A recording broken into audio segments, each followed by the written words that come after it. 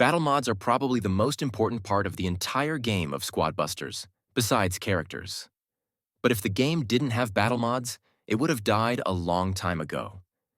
They make the game fun most of the time. Over the 1 year, almost two, of the game's history, we have seen such a wide variety of battle mods. With such a wide variety of mods, we see some bad and some good. Today, we're going to focus on some of the worst battle mods in the history of the game. These are the mods that made me close the app if I got them too many times. If you go on to enjoy this video, be sure to drop me a like and subscribe to the channel. Let's just get right into this. We must start off with the most obvious and absolutely the worst battle mode of all time, which is Baby Battle. I think everyone expected it to be on the list since it's also on the thumbnail. It reverts any played character to their baby state, hence the name. No more classic, super, or ultra abilities. It is a good idea, but bad execution. The only good thing about this mode was that it made the game equal, and that's it. The mode strips away all the hard work you put into this game until that point. To put the nail in the coffin for this mode, it was unlocked in the last world, when it was added being Beach World. If you got there, you would have already had all your characters at Classic or higher. Some of the characters lost their charm because of this mode. Some of the best abilities that made most of the characters fun to use were unlocked at a higher form. In my opinion, to make this mode work, it is to change from only baby form to super or ultra only form, maybe even classic, but I think super and ultra form will work better.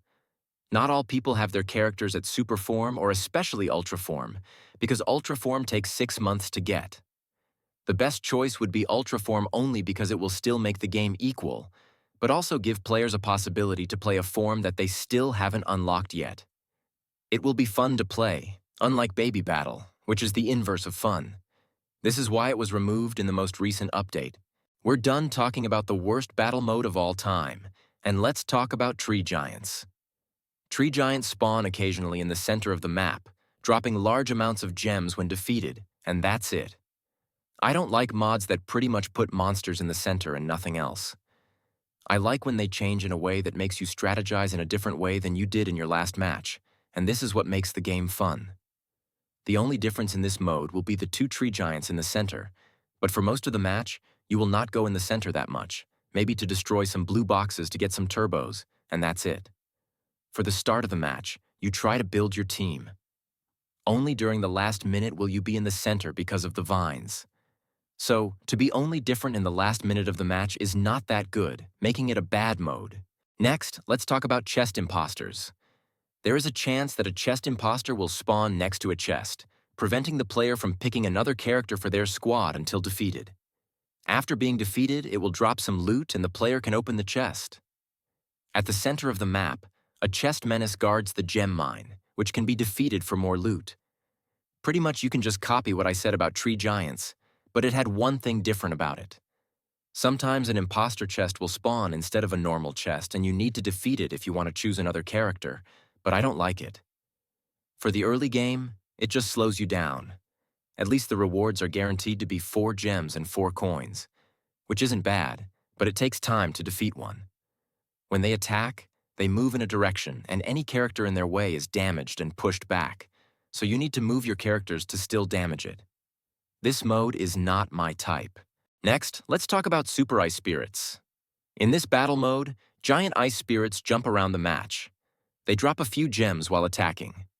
Once again, you can copy what I mentioned about Tree Giants. However, when defeated, they spawn some ice spirits and drop some gems when dealing damage to them, similar to loot goblins, and that's it. I will not waste time with this mode. Let's move on to the next one. That's the last mode of that type. Now let's talk about a more recent mode added in the game called Hatchling Herder. It adds classic chickens hatchlings as special monsters you can capture to earn gems. Attack giant hatchlings to make them follow you, but watch out as they queue up behind you, making them easier to steal. Every giant hatchling is worth 20 gems, so try to keep as many as possible.